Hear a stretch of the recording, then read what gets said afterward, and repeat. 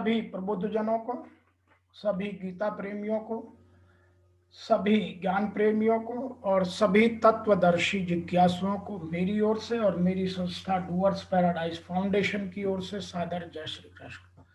आज हम वर्तमान युग में आध्यात्मिक चिंतन की श्रृंखला के तहत गीता के तृतीय अध्याय के श्लोक संख्या 32 की व्याख्या करेंगे, जिसमें भगवान श्री कृष्ण ये बतलाते हैं कि जो लोग स्वधर्म नहीं करते हैं उनकी क्या गति होती है।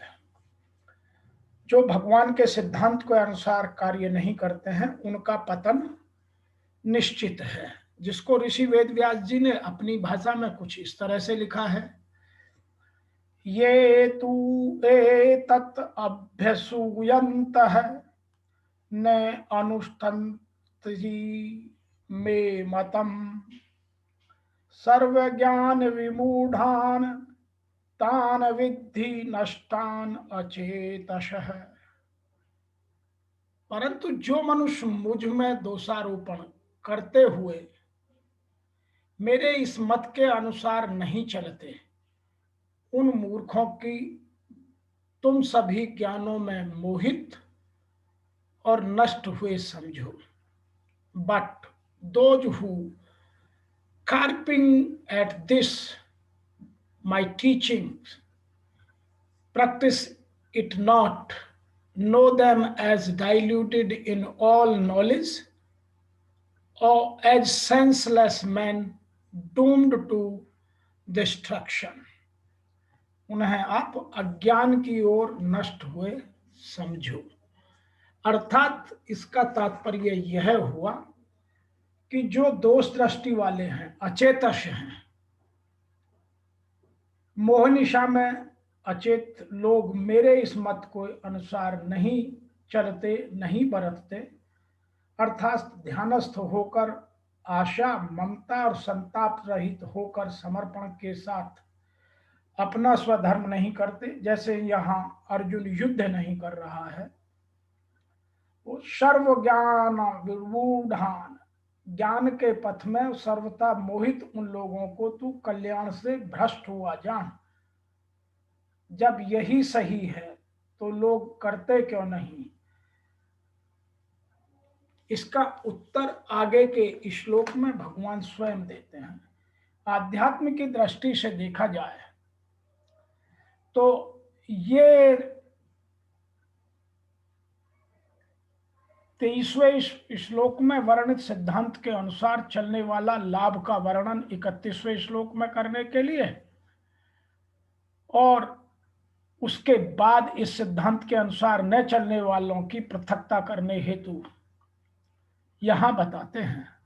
जैसे संसार में सभी स्वार्थी मनुष्य चाहते हैं कि हमें सब पदार्थ मिलें, हमें ही लाभ हो, ऐसे ही भगवान भी चाहते हैं कि समस्त कर्मों को मेरे ही को अर्पण करो, मेरे को ही स्वामी माना जाए। इस प्रकार मानना भगवान का भी दोषारोपण करना है।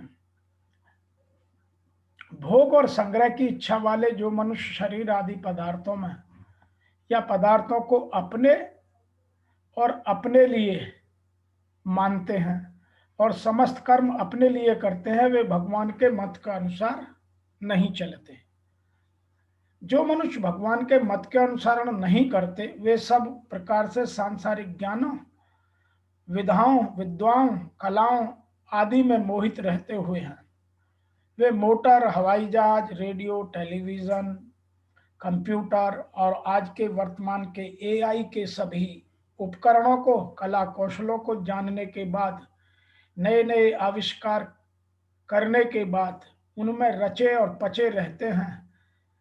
जल पर तैरने, मकान आदि बनाने, चित्रकारी करने, शिल्प कलाओं में, मंत्र, तंत्र, यंत्र आदि की जानकारी प्राप्त करने में तथा उनके द्वारा विलक्षण से विलक्षण चमत्कार दिखाने में, देश विदेश की भाषाओं की, लिपियों की, रीति रिवाजों की, खान पान की आदि सब जानकारी प्राप्त करने में लगे रहते हैं। जो कुछ है वह यही है, ऐसा उनका निश्चय होता है, किंतु ऐसे लोग यहाँ संपूर्ण ज्ञानों में मोहित रहते हैं। अचेतस का मतलब यहाँ है कि भगवान के मत का अनुसरण न करने वाले मनुष्य सत्य और असत, सार असार, धर्म अधर्म, बंधन मोक्ष आदि परमार्थिक बातों का ज्ञान अर्थात विवेक नहीं होता। उनमें चेतना नहीं होती, पशु की तरह बेहोश रहते हैं, मदहोश रहते हैं। वे व्यर्थ आशा, व्यर्थ कर्म, व्यर्थ ज्ञान वाले विपिक्षित मूढ़ पुरुष होते हैं। मनुष्य शरीर को पाकर भी जो भगवान के मतानुसार नहीं चलते, उन मनुष्यों को नष्ट हुए समझना चाहिए। तात्पर्य यह है कि वे मनुष्य जन्म मरण के चक्कर में पड़े रहते हैं। मनुष्य जीवन में अंत काल तक मुक्ति की संभावना रहती है, जो गीता के 8वें अध्याय के 5वें श्लोक में आगे आएगी। अतः जो मनुष्य वर्तमान में भगवान का मत का अनुसरण नहीं करते, वे भविष्य में भी सत्संग आदि प्रभाव से भगवान के मत का अनुसरण कर सकते हैं, जिससे उनको मुक्ति हो सकती है। परंतु यदि मनुष्यों का भाव जैसा वर्तमान में है वैसा ही भविष्य में बना रहे, तो समझना चाहिए कि वो मूढ़ हैं। इस कारण भगवान ने मनुष्यों को नष्टान वृद्धि पदों का प्रयोग किया है। भगवान के मत का अनुसरण न करने वाला मनुष्य समस्त कर्म राग अथवा द्वेष पूर्वक कार्य करता है। राग और द्वेष दोनों ही मनुष्य के महान शत्रु हैं। नाशवान होने के कारण पदार्थ और कर्म तो सदा साथ नहीं रहते। राग द्वेष कर्म करने से मनुष्य तदात्म ममता और कामना में आबद्ध होकर बार बार नीच योनियों में जन्म लेकर नरकों को प्राप्त होता है। इसलिए भगवान ऐसे मनुष्यों को नष्ट हुए समझने की बात कही है। अतः हमें यह सब जानकर समझकर अपने उद्धार की बात करनी चाहिए। यदि भगवान को न मानकर केवल उनके मत अनुसार करें तो भगवान उसका उद्धार कर देते हैं। तात्पर्य यह है कि भगवान को मानने वाले को प्रेम की प्राप्ति और भगवान का मत मानने वाले को मुक्ति की प्राप्ति हो जाती है। अर्थात आज के इस श्लोक से हमें आज के इस वर्तमान काल में दो चीजें सीखने की हैं। जो मनुष्य मुझ में दोषारोपण करते हुए मेरे मत के अनुसार नहीं चलते, आज के समय में वर्तमान युग में लोग भगवान को मानते हैं, भगवान की नहीं मानते हैं। तो यह बात यहाँ जानने और समझने की बहुत आवश्यक है कि लोग भगवान को जानते हैं लेकिन भगवान को मानते नहीं है और भगवान की मानते नहीं है। इसलिए जो उनके अंतर तुम भी और तुम ही का अंतर है वह सदैव बना रहता है। वह भगवान की बात तो करते हैं, भगवान की चर्चा करते हैं, भगवान के पथ का अनुसरण नहीं करते क्योंकि वो भगवान की नहीं मानते। भगवान को भी मानते हैं, भगवान की ही नहीं मानते। दूसरा, उन मूर्खों को तुम सभी ज्ञानों में मोहित और नष्ट हुए समझो। यहाँ सभी ज्ञानों का तात्पर्य जो आज हम उच्च पद, उच्च राजनीतिक, उच्च अपने प्रोफेशन में, उच्च कुल में, उच्च धन में, शारीरिक बल में, बौद्धिक बल में, अन्य क्षमताओं में, अन्य कलाओं में, अन्य विधाओं में अपने आप को महान मानते हैं, वह सब ज्ञान में मोहित होना है। कोई सोचता है मैं बहुत बलवान हूँ, कोई सोचता है मैं बहुत धनवान हूँ, कोई सोचता है मैं बहुत रूपवान हूँ, कोई सोचता है मैं बहुत ज्ञानवान हूँ।